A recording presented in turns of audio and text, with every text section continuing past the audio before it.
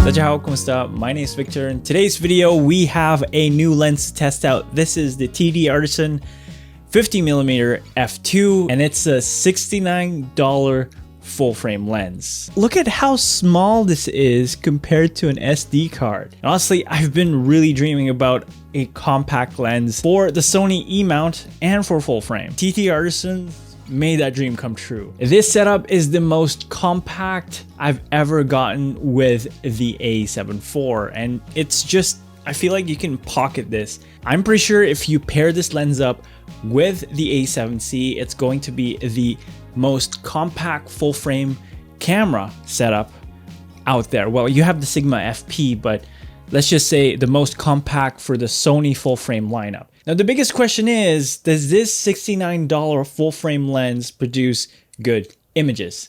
Let's find out. Now, let's get the specs out of the way. This lens opens up from f/16 all the way to f2.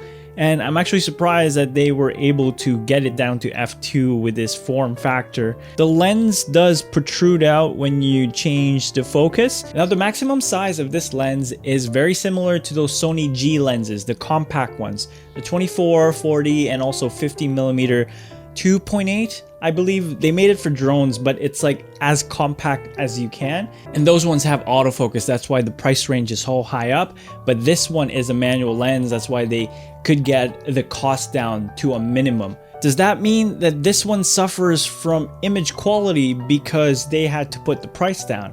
Let me tell you now, it doesn't. It has some few quirks, but it's still looking good with your A7IV, at least through my testing with the A7IV. Let's talk about focus breathing.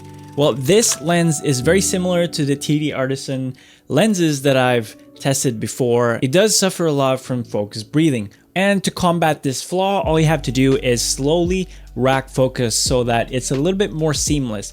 If you're changing your focus very fast, it's going to be really noticeable. Now, if you slowly rack focus with this thing, that can kind of hide it from the focus breathing issue. But other than that, if you're using this for travel photography, street photography, and even just travel content with videos as well, you can get by with this little tiny compact setup. Now let's talk about chromatic aberration and fringing. You do get these purple fringing as well as the teal highlights when you're really opening up the lens. Now let's talk about sharpness.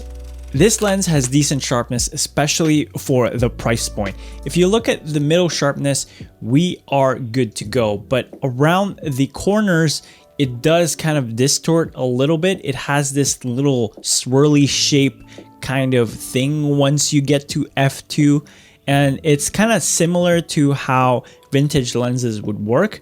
And honestly, this is okay for me. I can always crop, or I can just leave that be, because 50mm is good for portraits. It's good for kind of isolating the subject right in the middle. And honestly, this is fine.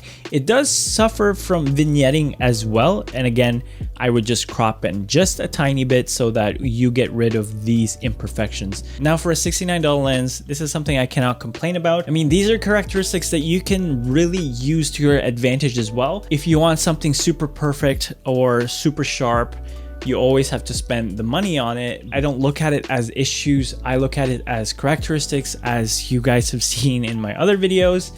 Use this to your advantage or as a creative choice. Now, the bokeh on this thing is fairly smooth, fairly dreamy, and also this shape isn't irregular as I would have thought. This lens features a 10 blade diaphragm, and it really renders beautiful bokeh balls on here.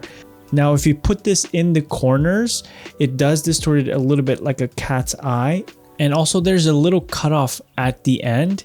Do you guys see that? It's kind of like a hard cut. If you're shooting a longer scene or a dialogue, or maybe looking at a photo, you can just crop this and make sure that the cutoff line is gone so that the bokeh is still beautiful and circular, even with a little distortion on the edges. And that's everything you need to know about this TTArtisan 50mm f2 lens.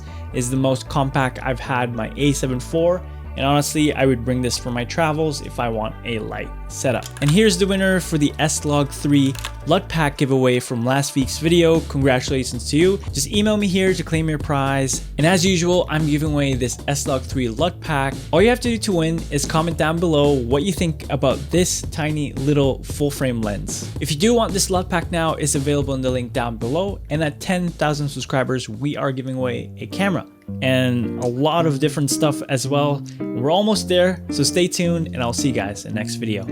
Peace. 너와 나